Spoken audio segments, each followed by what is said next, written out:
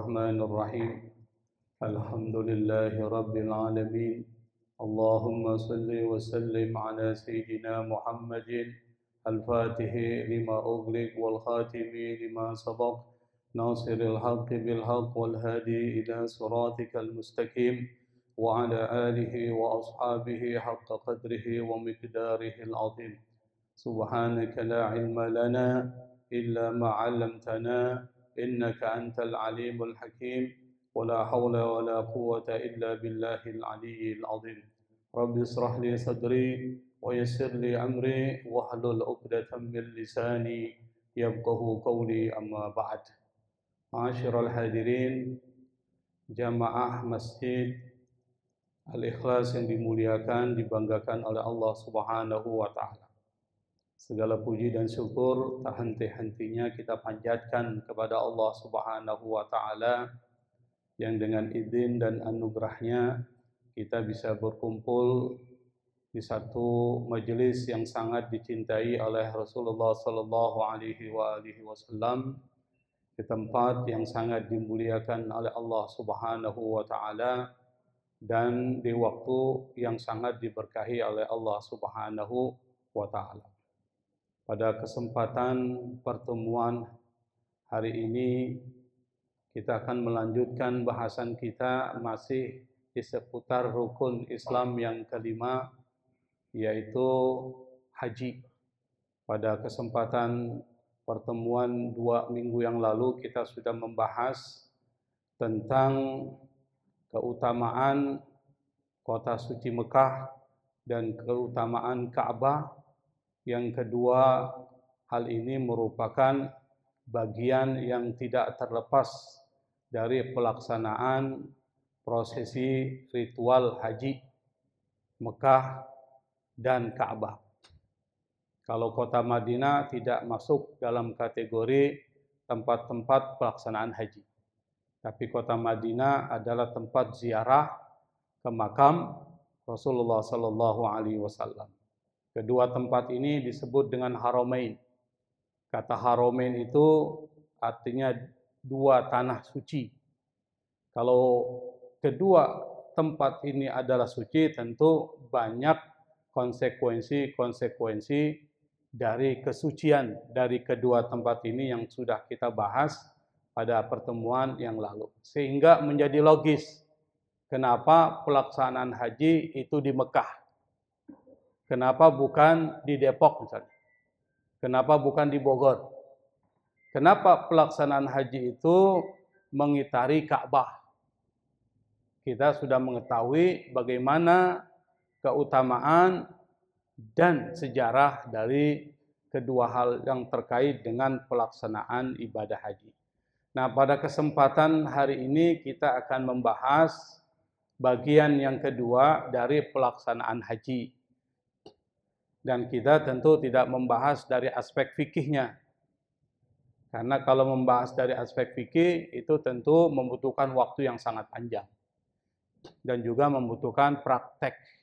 Tapi yang kita bahas adalah terkait dengan peradaban haji yang dalam hal ini kita akan ulas kenapa Allah mensyariatkan haji. Apa yang menjadi maksud dan tujuan dari syariat haji. Kalau di dalam bahasa kajian hukum Islam disebut dengan maqasid syariah. Maqasid itu dari maksud. Maksud itu dari kata qasada maksud. Kata maksud itu diambil dari bahasa Arab. Apa itu arti maksud, Pak? Tujuan. Maksud Anda ke sini apa sih? Itu tujuan kan? Nah, di sini adalah maksud dan tujuan syariat yang kalau diambil dari bahasa Arab maqasid syariah fi syariatil hajj atau maqasid fi syariatil hajj. Maqasid, maksud dan tujuan syariat haji. Kalau kita bicara tentang maksud dan tujuan disyariatkannya haji oleh Allah Subhanahu wa Ta'ala, maka informasinya harus diambil dari wahyu. Karena sumber pengetahuan dalam Islam salah satunya adalah wahyu.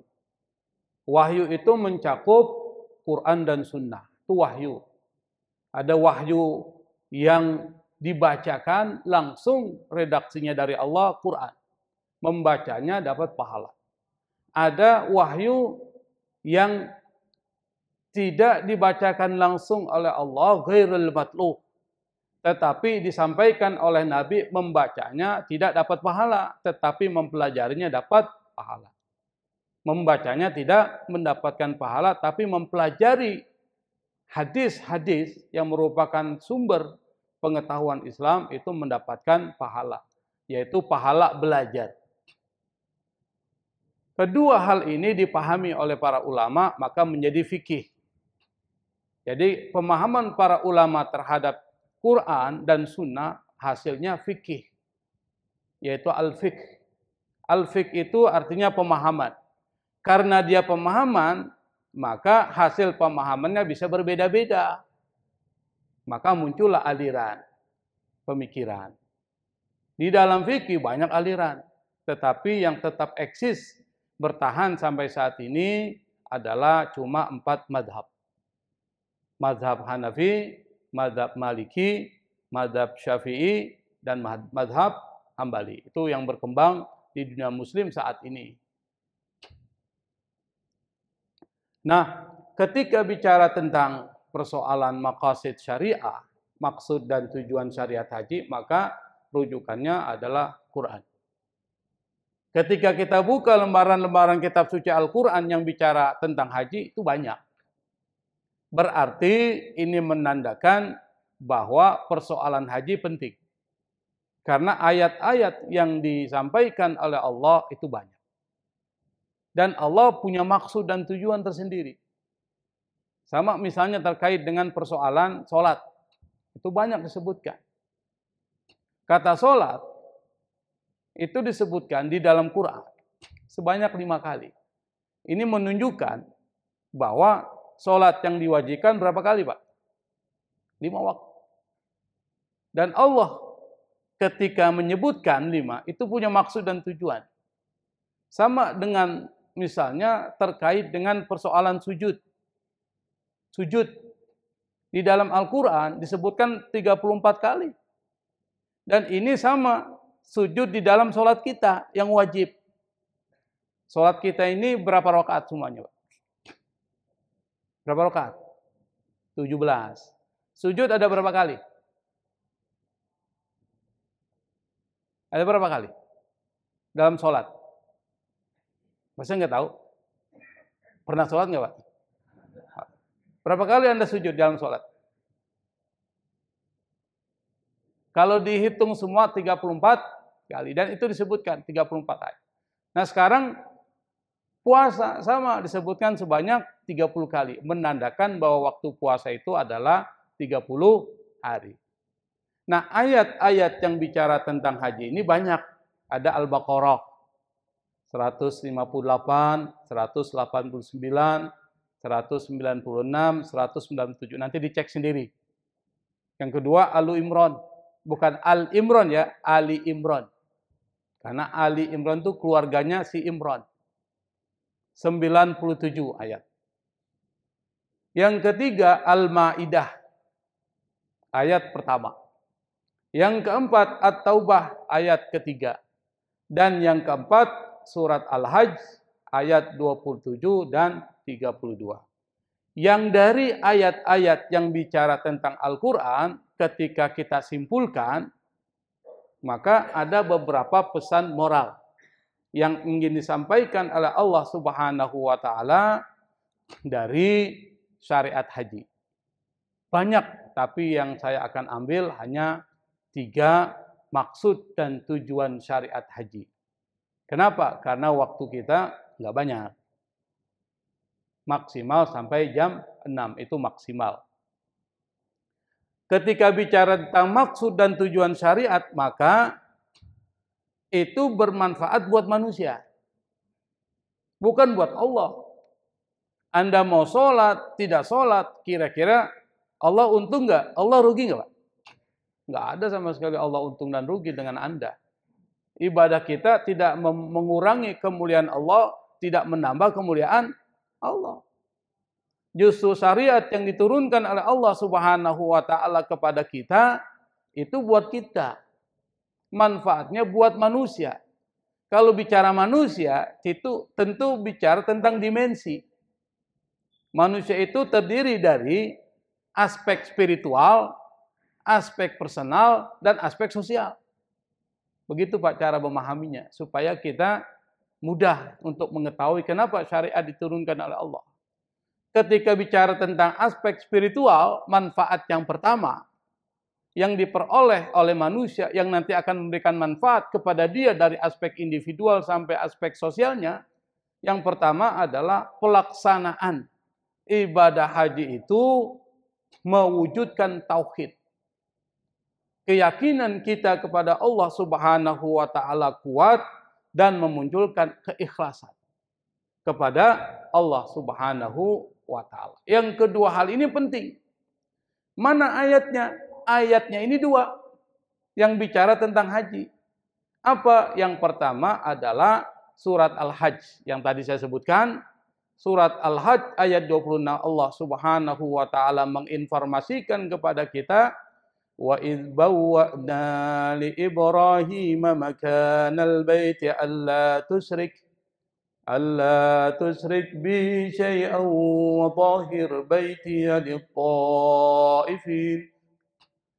وطاهر بيتي للطائفين والقائمين والركع السجود. Wa'idh, dan ingatlah, bawa'na, kami tempatkan.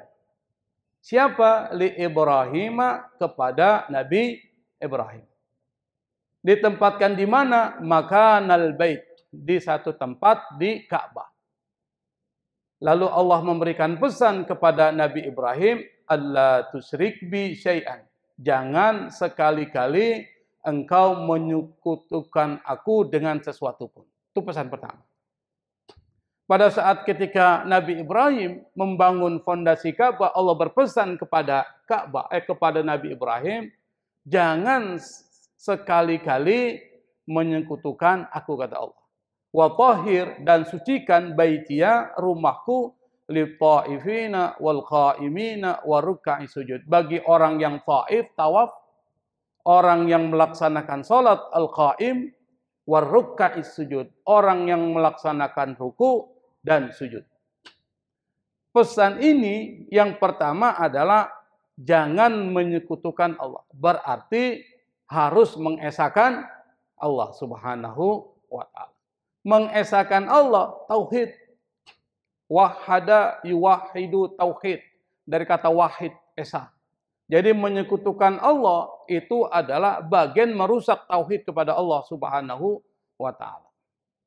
Mengagungkan sesuatu selain Allah Subhanahu wa taala itu bisa membawa kita kepada musyrik. Mengagungkan manusia, Pak, itu bisa membawa kita kepada sesuatu yang berbahaya. Apalagi sampai menempatkan manusia itu seperti kedudukan Tuhan. Itu sudah menyekutukan Allah Subhanahu wa taala. Haji dilaksanakan oleh kita melalui perintah Allah Subhanahu wa taala. Tujuan yang pertama adalah memperkuat keimanan kepada Allah Subhanahu wa taala. Kenapa? Karena hanya orang-orang yang beriman saja yang mampu melaksanakan haji. Kalau dia tidak beriman, nggak akan bisa melaksanakan ibadah haji. Dia punya harta kekayaan yang banyak, Pak. Tapi kalau imannya kurang kuat, kira-kira bisa nggak melaksanakan jalan haji? Nggak bisa. Kenapa? Karena dia udah pikir macam-macam di sana itu. Pertama yang dia pikir, saya ini banyak dosa. Nanti kalau saya melaksanakan ibadah haji, akan terjadi sesuatu yang tidak baik terhadap saya. Pikirannya udah begitu. Dan banyak pikiran-pikiran lain. Kalau orang tauhidnya kuat, maka yang keluar adalah karakter yang baik. Yakin sama Allah. Allah memberikan rizki. Yakin kepada Allah. Allah punya sifat Ar-Razzaq, memberikan rizki. Kalau kita yakin kepada Allah, Allah memberikan rizki, maka kita enggak akan pernah takut rizki kita akan dihambat oleh orang lain. Karena banyak dari kita, Pak, kadangkala misalnya berdagang nih. Di berdagang nih. Yang satu dagang nasi uduk. Di sampingnya dagang nasi uduk. Enggak apa-apa, masing-masing ada rizkinya. Karena Allah yang memberikan rizki, enggak usah pikir. Tiba-tiba ada orang naik motor nih, mau beli nasi uduk di A, motornya kelewatan Pak. Jadi belinya ke B. Itu rezeki dia. Yang A nggak usah marah, nggak usah syirik, nggak usah dengki. Kalau bahasa kita syirik, padahal syirik itu beda tuh dengan iri hati dan dengki. Akhirnya terjadilah cekcok antara si A dengan si B. Dan si A ini yang kemudian merasa rizkinya diambil, itu imannya kepada Allah kurang. Maka pada saat ketika Nabi Muhammad Sallallahu Alaihi Wasallam diutus oleh Allah, yang pertama kali diperkuat kepada para pengikutnya itu tauhid. 12 tahun Pak. Jadi diajarkan tauhid keimanan, diajarkan oleh Allah kepada Rasulullah. Rasulullah mengajarkan kepada para sahabat-sahabatnya. Ketika imannya kuat, maka nggak heran disuruh mati dia berani. Kira-kira Bapak nih imannya kuat nggak? Kita ukur. Bapak berani nggak mati ke Palestina untuk berperang? Berani nggak? Belum tentu berani. Saya juga nggak berani kok. Kenapa? Karena itu tadi kita masih berpikir hal lain. Misalnya saya beri contoh. Tapi kalau imannya kuat, Ali bin Abi Thalib radhiyallahu anhu berani tidur di pembaringan Rasul pada saat yang sama Rasul sedang dikepung untuk dibunuh. Ali berani. Kenapa? Imannya kuat. Abu Bakar As-Siddiq radhiyallahu anhu berani mengeluarkan hartanya untuk membiayai perang Tabuk. Kenapa? Imannya kuat.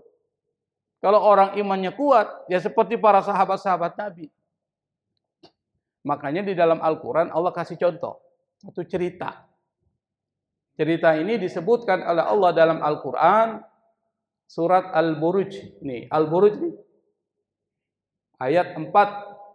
Ayat 6. Was-sama'i dhatil buruj. Wal yaumil maw'ud. Wa syahidin wa mashhud. Qutila ashabul ukhdud.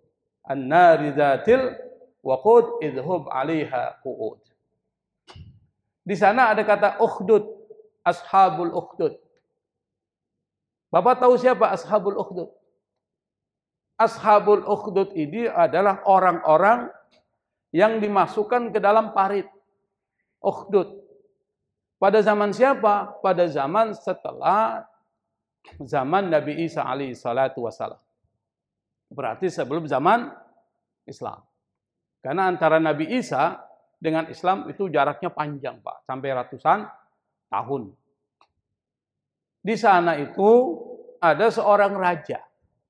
Nanti diceklah. Nggak ada yang bawa Quran ya. Dicek nanti surat Al-Buruj ayat 46. Baca terjemahnya. Baca tafsirnya. Kalau yang punya tafsir bahasa Indonesia, baca tafsir bahasa Indonesia. Biar kita mengerti tentang Quran kita. Apa isinya? Ada seorang raja pada zaman setelah Nabi Isa alaihissalatu wassalam, yang raja ini raja kafir. Dan seperti Fir'aun yang menyuruh warga dan masyarakatnya untuk menyembah kepada dia atau beragama seperti dia. Si raja ini punya seorang penyihir. Penyihir ini sudah tua. Dan penyihir ini minta kepada raja supaya dihadirkan, dibawa seorang anak muda yang akan diajarkan sihir. Karena dia mau pensiun, sudah nggak sanggup lagi untuk menemani raja. Dihadirkanlah seorang anak muda untuk diajarkan sihir. Belajarlah anak muda itu kepada sang penyihir kerajaan. Setiap hari datang dia kepada sang penyihir ini untuk belajar sihir. Setiap hari dalam perjalanan dia selalu melihat ada seorang rahib. Rahib Nasrani, maksudnya pengikut Nabi Isa alaihissalatu wassalam, itu mengajarkan ilmu kepada orang. Dia lewat, tiba-tiba dia berhenti, dia dengerin. Dia mendengarkan petua-petua wasiat-wasiat dari sang rahib tersebut. Kemudian baru pergi ke sang penyihir. Begitu seterusnya. selalu datang, sebelum datang ke penyihir, dia mampir dulu dengerin tuh. Sampai-sampai satu ketika dia terlambat kepada penyihir. Penyihir marah kepada muridnya. Kenapa kau selalu terlambat? Akhirnya si murid tersebut lalu kemudian dipukul. Mengadulah si murid ini kepada sang rahib. Saya tadi habis dipukul guru saya. Kenapa? Karena saya datang terlambat, mampir dulu di tempat Pak Kiai. Kalau kita pakai bahasanya Pak Kiai. Begini saja kalau seandainya kamu datang terlambat, lalu diomeli oleh gurumu, bilang, keluargaku menahanku sehingga datang terlambat ke sini. Nah, kalau keluargamu marah nanti karena kau terlambat, misalnya, bilang saja sama keluargamu, sang guru si penyihir itu membuat aku terlambat pulang ke rumah. Jadi ada strategi. Berlalulah waktu. Pada saat ketika dia berjalan di satu hutan, tiba-tiba ada binatang buas, Pak. Itu membuat dan menghambat orang bisa lewat ke situ. Masyarakat nggak bisa berani lewat di situ. Ada binatang buas yang besar sekali. Nah, sang anak muda ini lalu kemudian bilang dalam hatinya, disinilah saatnya saya membuktikan mana yang paling benar. Apakah si rahib yang saya sering mendengarkan tausiahnya atau si penyihir? Dia ambil batu. Dia ambil batu, lalu kemudian dia mengatakan mana yang paling benar ini. Kalau yang apakah ajaran si rahib yang paling benar, lalu dia lempar. Ternyata binatang buas itu setelah dilempar batu oleh anak muda itu, mati binatang itu. Berarti kesimpulannya apa? Yang benar ajaran siapa? Ajaran si rahib tersebut. Datang dia kepada gurunya. Si rahib tersebut dia cerita. Setelah dia cerita, sang guru ini bilang, makammu sekarang sudah tinggi. Melebihi dari makam saya. Nanti sewaktu-waktu pasti kau akan mendapati sesuatu yang itu bisa membahayakan kamu. Tapi pada saat ketika itu terjadi, jangan ceritakan tentang saya. Gurunya takut juga, Pak. Ini ada guru takut ini. Setelah kejadian tersebut, sang murid ini mampu menyembuhkan berbagai penyakit dengan izin Allah Subhanahu wa taala. Jadi ada orang buta datang disembuhkan lalu sembuh. Ada orang yang berpenyakit kusta karena zaman tersebut kan banyak penyakit kusta zaman setelah Nabi Isa. Nabi Isa saja mampu menyembuhkan orang berpenyakit kusta. Nabi Isa mampu menyembuhkan orang buta. Sama seperti orang ini. Diberikan kelebihan oleh Allah Subhanahu wa taala mampu menyembuhkan orang buta, penyakit kusta. Ingat, penyakit kusta saat itu adalah penyakit yang paling membahayakan, Pak. Kalau sekarang mungkin nggak terlalu. Sekarang mungkin penyakit serangan jantung itu yang paling membahayakan. Tiba-tiba ada seorang penasihat raja buta datang ke dia. Dia bilang, saya akan berikan apapun kepadamu asal kau bisa sembuhkan mata saya. Apa kata anak muda itu? Saya tidak bisa menyembuhkan. Yang menyembuhkan itu Allah. Ini imannya kuat, Pak. Kalau kau beriman kepada Allah, Allah akan sembuhkan butamu itu. Akhirnya dia beriman kepada Allah, Allah sembuhkan butanya. Datang ke raja, raja bilang, gimana bisa kau sampai bisa melihat? Sebelumnya kau buta. Dia cerita, yang menyembuhkan adalah Tuhanku. Marah dia, Pak. Kenapa? Karena ada Tuhan selain aku, kata dia. Akhirnya dia siksa.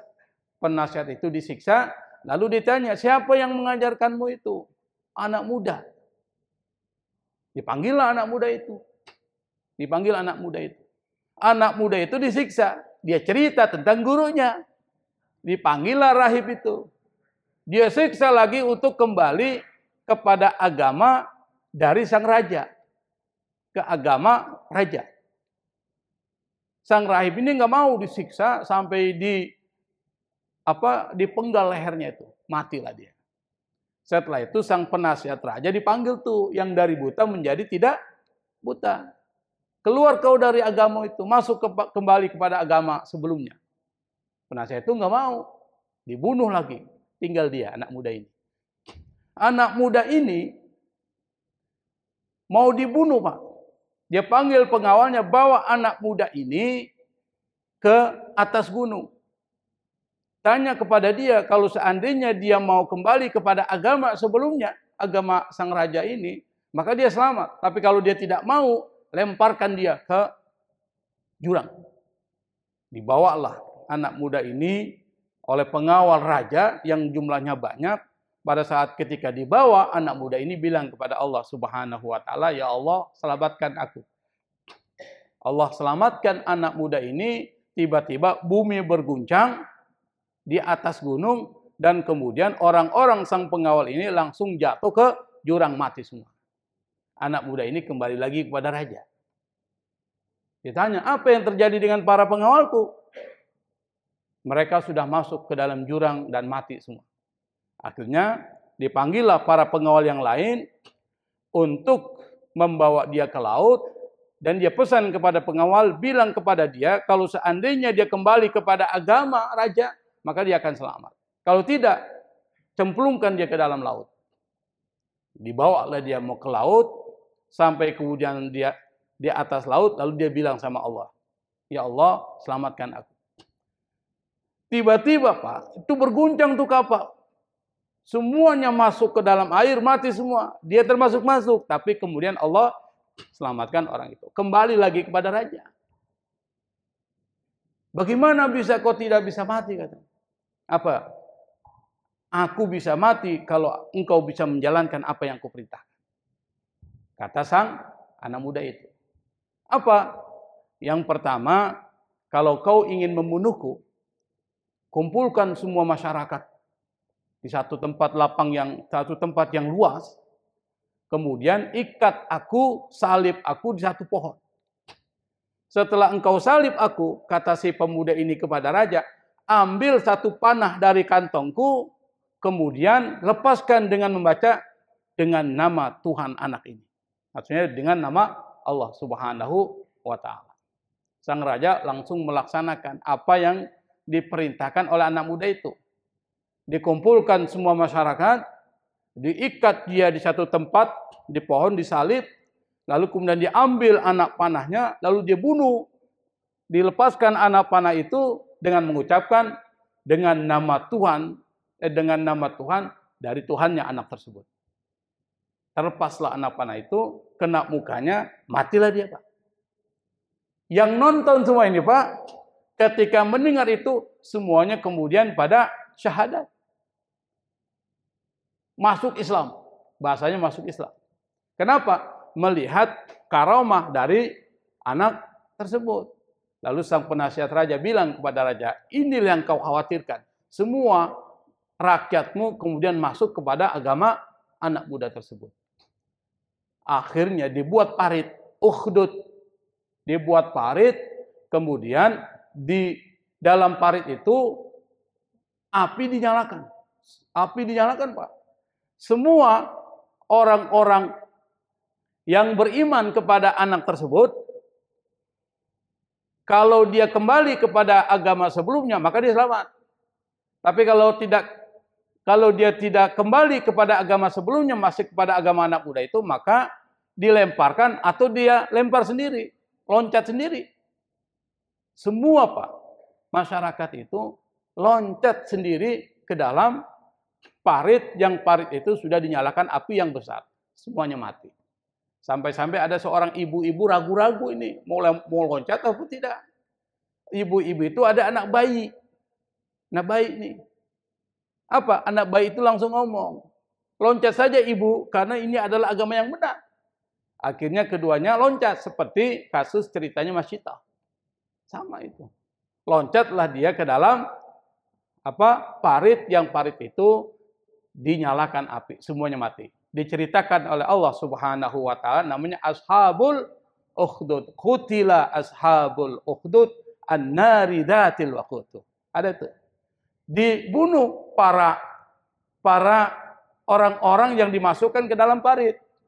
An-nari dzatil waqud, yang di dalam parit itu ada nar, api, dzatil waqud, yang mempunyai nyala yang luar biasa. Ceritakan. Kita kan sering dengar, tapi nggak tahu ceritanya Pak ya. Itu harus tahu Pak. Cerita ini adalah tentang seorang pemuda yang tauhidnya kuat. Kalau orang tauhidnya kuat, nggak akan takut dia sama siapapun kecuali Allah Subhanahu wa taala. Mau diancam bagaimanapun nggak akan pernah takut. Kenapa? Yang menentukan Allah. Kalau memang saya mati hari ini, itu sudah ketentuan Allah Subhanahu wa taala. Itu orang yang imannya kuat. Yang kedua, ikhlas. Orang yang ikhlas secara sosial itu orang yang nggak akan pernah kecewa. Kenapa? Karena dia hanya berharap bergantung kepada Allah, tidak kepada makhluk. Kalau kita masih bergantung kepada makhluk, Pak, siap-siap kecewa. Tapi kalau kita bergantung kepada Allah, Anda nggak akan pernah kecewa. Karena apapun yang terjadi, Anda akan mengatakan, semua sudah menjadi ketentuan Allah Subhanahu wa ta'ala. Enak hidup.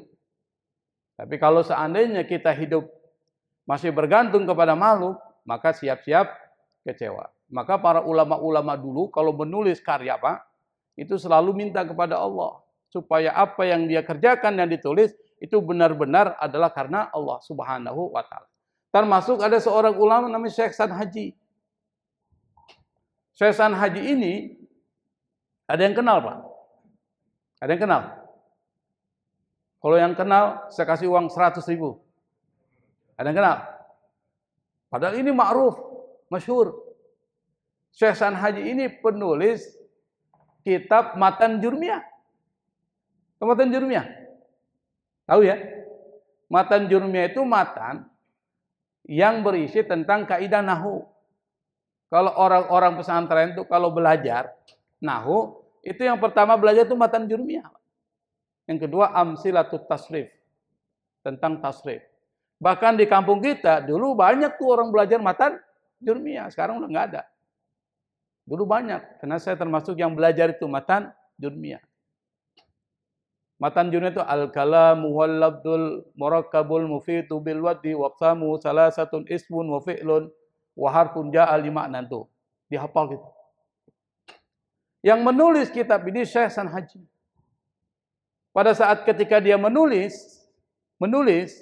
kitab ini, dia berdoa kepada Allah supaya kitab ini ditulis karena mengharap ridha Allah Subhanahu wa ta'ala. Setelah selesai ditulis, kitab ini lalu kemudian dilemparkan ke dalam air. Lemparkan ke air, maka disebut dengan ajrumiyah. Ajru itu artinya berjalanlah, mengalirlah. Al-miyah. Miyah artinya apa itu? Air, moya. Moya. Kan kita sering, ini moya ini. Itu dari kata miyah. Miyah itu dari kata ma'un, air. Maka disebut dengan al-ajru miyah. Ketika dia melemparkan kitabnya itu, yang kecil, Matan Jurmiyah. Kita sebut Matan Jurmiyah. Padahal disebut al-ajru miyah. Itu dia bilang gini, in kana khalisan la yablu. Kalau seandainya apa yang saya tulis ini ikhlas karena Allah Subhanahu wa taala, maka kitab ini enggak akan basah. Ternyata ketika dia lempar kitab ini ke dalam air, pas diambil kitab ini enggak basah. Berarti kitab ini adalah dibuat ikhlas karena Allah Subhanahu wa taala. Maka ikhlas itu menjadi penting. Bahkan saking pentingnya, Nabi pernah cerita. Dan cerita Nabi ini penting untuk kita perhatikan, Pak. Jadi kata Nabi nanti di akhirat, meskipun ini belum terjadi, tapi apa yang disampaikan oleh Nabi akan terjadi. Ini namanya nubuat. Nubuat itu prediksi Nabi. Dan itu akan terjadi. Nanti di akhirat, kata Nabi, ada beberapa kelompok orang yang akan dihadapkan kepada Allah. Yang pertama adalah orang yang berjuang di jalan Allah. Al-mujahid fi sabilillah. Berjuang. Dihadirkan di hadapan Allah. Apa yang sudah kau lakukan di dunia? Apa dia bilang? Saya berperang di jalanmu ya Allah, sampai aku mati syahid. Apa kata Allah? Kadzabta, kau bohong. Engkau berperang di jalan Allah supaya engkau disebut pemberani. Maka itu sudah kau dapatkan di dunia, maka kemudian Allah seret orang itu, mukanya menghadap tanah, diseret, lalu kemudian dilemparkan ke dalam neraka. Itu orang yang berjuang di jalan Allah, Pak. Tapi ingat, belum tentu karena Allah. Dihadirkan yang kedua. Siapa? Orang yang dermawan. Yang suka sedekah. Suka membantu orang. Dihadirkan. Ditanya, apa yang sudah kau lakukan di dunia? Apa dia bilang? Saya ya Allah mengeluarkan harta saya untuk membantu pembangunan masjid, musola dan sebagainya. Membantu orang-orang miskin bersedekah. Dan seterusnya. Karena Allah. Apa kata Allah? Kadzabta, engkau bohong. Engkau menyumbang supaya engkau dianggap dermawan. Bukan untuk mengharapkan ditarik orang itu dengan muka menghadap tanah, lalu dilemparkan ke dalam neraka. Dihadirkan yang ketiga. Siapa?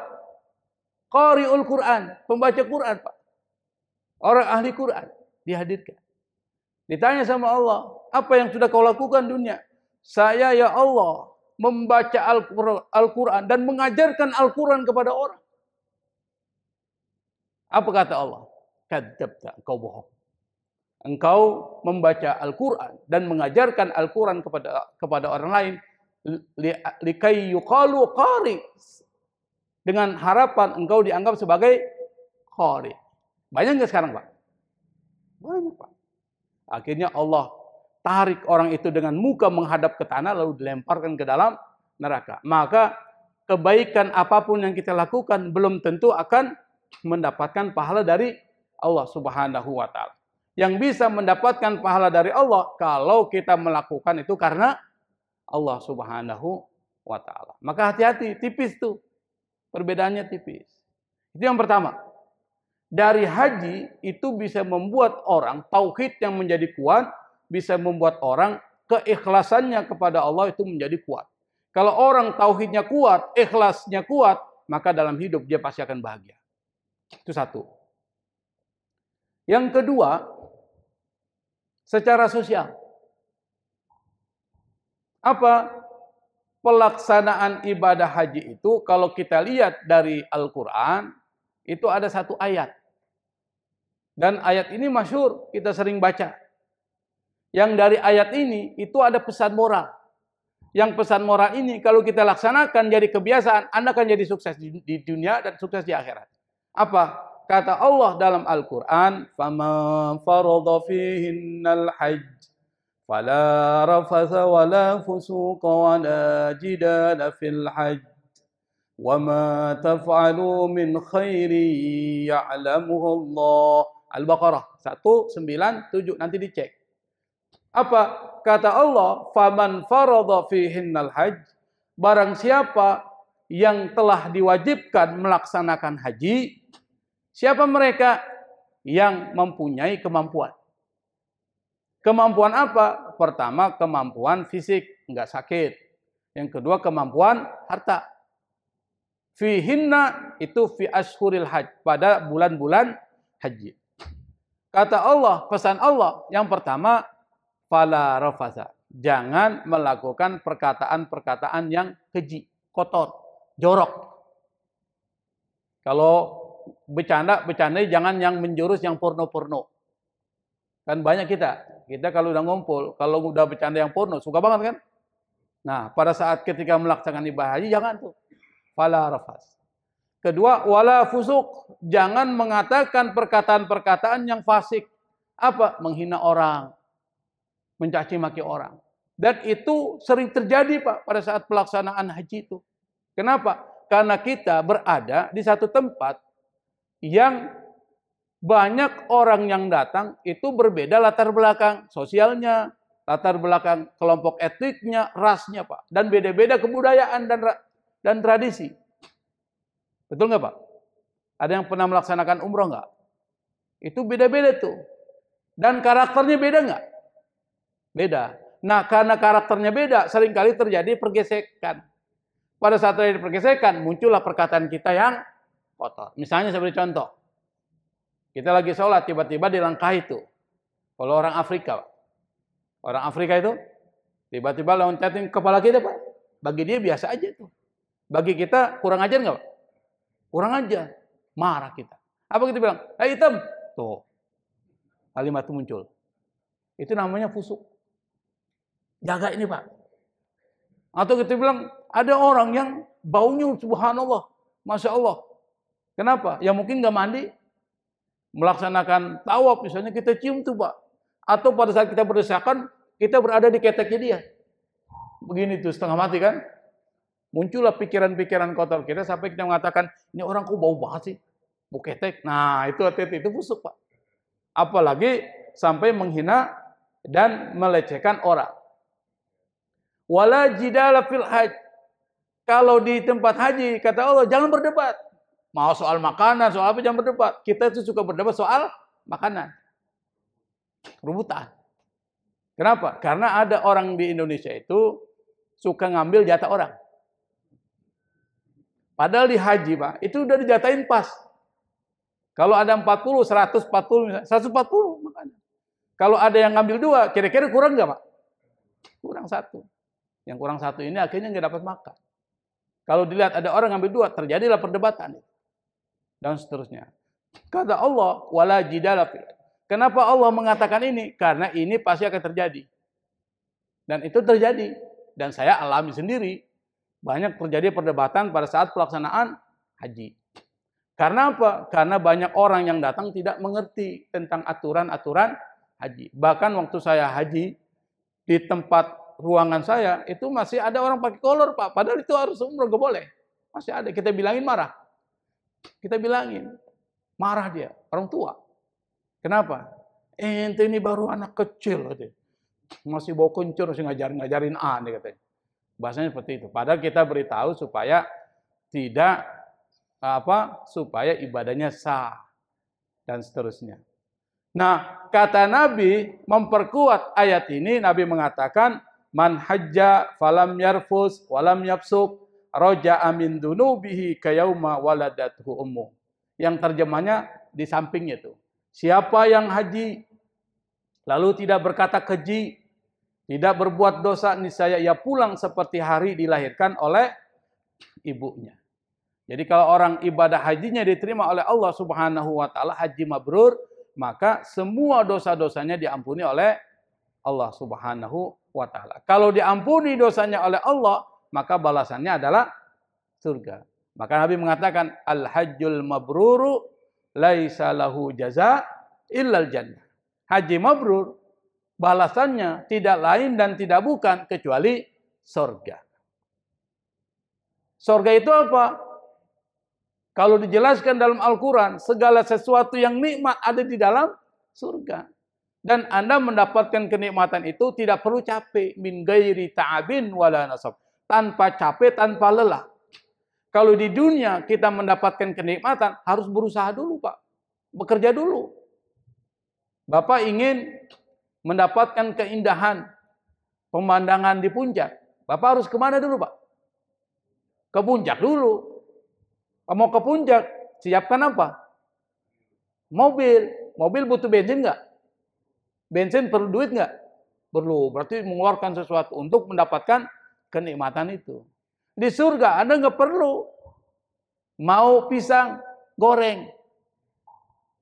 Bilang sama Allah, mau pisang goreng enak nih. Pakai kopi sedikit lah. Muncul di depan Anda itu. Anda nggak perlu ke Bintang Mas. Beli pisang dulu. Pulang dikupas, beli terigu, keampur, dimasak dulu, macam-macam lah. Capek Pak ya? Baru kita makan dan minum kopi, capek. Di surga itu seperti itu.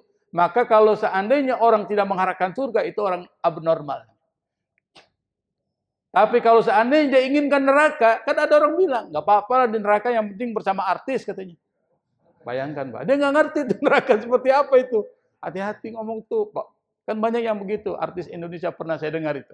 Nggak apa-apa lah masuk neraka. Yang penting bersama para artis katanya. Anda bisa bayangkan seperti itu. Nah, di dalam pesan moral ini, kalau seandainya kita laksanakan jaga mulut kita, maksudnya adalah hifdzul lisan. Jaga mulut, karena mulut ini yang bisa mengantarkan Anda kepada kebinasaan. Berbagai konflik yang terjadi di Indonesia, dari Ambon, Poso, kemudian di Sampit, Kalimantan, sampai di tempat lain, ini persoalan hifdzul lisan. Tidak mampu menjaga lisannya. Seperti contoh ini, untuk gampang saja. di Ambon. Di Ambon. Udah lama terjadi konflik. Dan pengaruhnya masih sampai sekarang. Meskipun sekarang sudah damai. Kenapa? Itu karena persoalan bukan agama, Pak. Persoalan pergaulan. Apa pergaulannya? Yang satu minum khamar. Kalau orang minum khamar, lupa akal, tertutup. Makanya khamar dilarang tuh oleh Allah. Karena khamar itu bisa mengantarkan banyak perbuatan buruk. Kita pernah cerita itu tentang orang yang diberi pilihan. Kalau pilihannya khamar, membunuh anak kecil atau menzinai dia, si perempuan. Kalau tidak, kau akan dibunuh.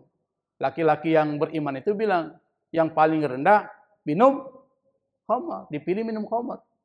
Ini cerita Utsman bin Affan. Utsman bin cerita. Dia pilih minum khamar.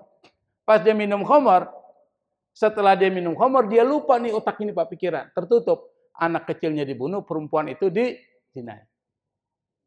Tiga-tiganya dia dapat. Makanya jauhi minum khamar.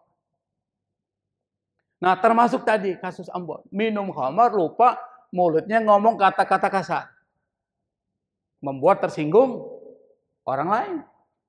Terjadilah pertikaian. Terjadilah perkelahian. Setelah selesai perkelahian, kebetulan kedua orang ini punya kelompok etnik yang berbeda. Yang satu orang Ambon, yang satu orang Bugis. Beda nggak tuh Pak? Beda. Pulang dia bilang sama temannya, saya tadi habis dipukul orang Bugis.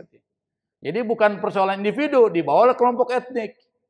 Yang satu bilang, saya habis berantem sama orang Ambon. Berarti dibawa apa itu Pak? Kelompok etnik. Yang awal mulanya perseteruan itu antara A si B menjadi kelompok A dan kelompok B. Yang tidak berantem, jadi ikut berantem Pak. Karena mengikut sertakan kelompok. Yang kelompok A bilang, mereka bilang, kami ini sudah dizalimi oleh kelompok B, orang Ambon, Kristen. Di bawah nama agama. Yang ini, dia bilang, orang Muslim. Terjadilah perseteruan itu melebar. Dari kelompok etnik menjadi kelompok agama. Kita yang di sini pengaruh, Pak. Pengaruh tuh. Nanti terjadilah kecurigaan dengan orang-orang non-Muslim tuh. Hati-hati tuh, Pak. Karena persoalan khamar. Makanya jangan sampai itu terjadi. Provokasi-provokasi jangan Anda ikuti. Makanya Al-Quran dari 14 abad yang lalu udah bilang, in ja'akum fasikun binaba'in fatabayanu. Kalau datang orang fasik membawa berita, nyebarin kepada Anda, jangan langsung percaya. Fatabayanu, periksa dulu siapa yang ngomong, apa isinya. Itu diajarkan oleh Allah Subhanahu wa taala. Termasuk Allah mengajarkan kepada orang yang haji, kalau melaksanakan haji, jaga lisan. Kalau orang terbiasa menjaga lisannya, maka hidupnya dia akan bahagia dunia dan bahagia akhirat. Yang ketiga, yang terakhir, di dalam Al-Quran itu disebutkan dalam ayat yang sama tentang haji, ayatnya Al-Baqarah 197, nanti dicek. Apa? Kata Allah, وَتَزَوَّدُوا فَإِنَّ خَيْرَ الزَّادِ التَّقْوَى وَاتَّقُونِ يَا أُولِي الْأَلْبَابِ. Watazawwadu, carilah bekal. Kenapa ayat ini turun? Ayat ini turun berkenaan dengan haji. Ada orang bilang, haji ini kan ibadah kepada Allah. Kalau saya melaksanakan ibadah haji, pasti Allah akan tanggung semua kebutuhan saya. Kata orang haji. Benar nggak Pak itu? Benar, secara teologis, secara konsep. Saya nggak perlu cari bekal. Allah juga tanggung tuh. Begitu maksudnya. Allah kritik. Kalau Anda mau melaksanakan haji, kumpulkan bekal dulu. Jangan sampai Anda minta-minta sama orang. Jangan sampai Anda memberatkan orang lain. Nah, prinsip Islam itu jangan memberatkan orang lain. Bawa bekal masing-masing. Maka kata Allah, watazawwadu, carilah bekal dan berbekalah. Tapi keingat kata Allah, fa inna khairaz zadit taqwa. Bekal yang terbaik itu adalah takwa kepada Allah Subhanahu wa taala. Wattaquni ya ulil albab, kata Allah, takutlah kalian kepadaku wahai orang-orang yang mempunyai akal pikiran. Jadi hanya orang-orang yang punya akal pikiran yang takut kepada Allah Subhanahu wa ta'ala. Apa itu takwa? Takwa itu macam-macam, Pak. Yang dimaksud dengan takwa adalah hubungan Anda dengan Allah bagus, hubungan Anda dengan manusia bagus, hubungan Anda dengan alam sekitar bagus. Saya beri contoh. Orang yang takwa, sholatnya bagus, puasanya bagus, ngeluarin zakatnya bagus, rukun Islamnya bagus. Satu. Hubungan dengan manusia, dia tidak nyakiti orang lain. Sebaliknya, dia pasti akan membantu orang lain. Maka di dalam Al-Quran ada tuh. Wasari'u ila magfiratim min rabbikum wa jannatin arduha samawati wal ardu u'iddat lil muttaqin. Siapa? Alladzina yunfiquna fis sarra'i wad dharra wal kadhimina al ghaidh dan seterusnya. Di situ disebutkan orang-orang yang bertakwa cirinya adalah apa? Alladzina yunfiquna fis sarra wad dharra. Orang yang menginfakkan hartanya baik dalam keadaan senang maupun dalam keadaan sulit. Itu orang yang bertakwa. Dan inti dari ibadah haji itu tadi. Sekarang kita ada satu kisah menarik, Pak. Kisah ini adalah kisah tentang Abdullah ibnul Mubarak. Abdullah ibnul Mubarak ini beliau adalah seorang ulama besar dalam bidang hadis, seorang yang sangat dermawan dan seorang mujahid fisabilillah. Bapaknya ini itu orang hebat. Saya nggak perlu cerita bapaknya ini gimana dia menjadi orang hebat. Namanya Mubarak, itu bapaknya. Suatu-waktu nanti kita akan cerita, waktu kita nggak banyak.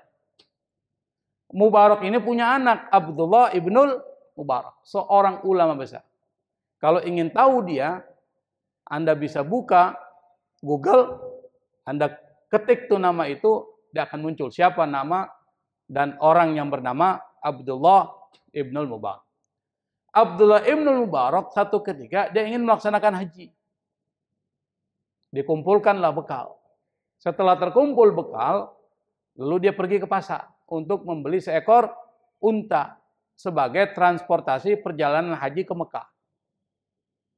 Setelah sampai di pasar, dia cari-cari unta, ternyata uang yang dia kumpulkan tidak bisa membeli satu ekor unta. Artinya apa? Uangnya kurang. Uangnya kurang. Pulanglah dia.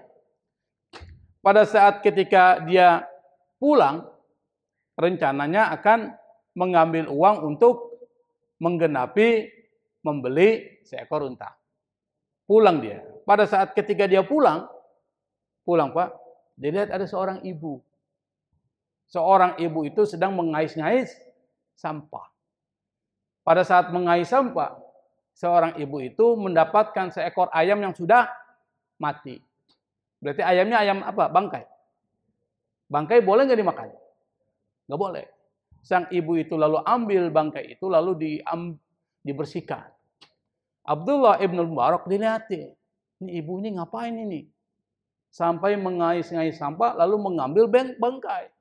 Ibu itu lalu kemudian melepaskan bulu-bulu itu. Abdullah ibnul Mubarak didekati. Bu, apa yang ibu lakukan? Ibu itu diam aja. Nggak nengok sedikit pun.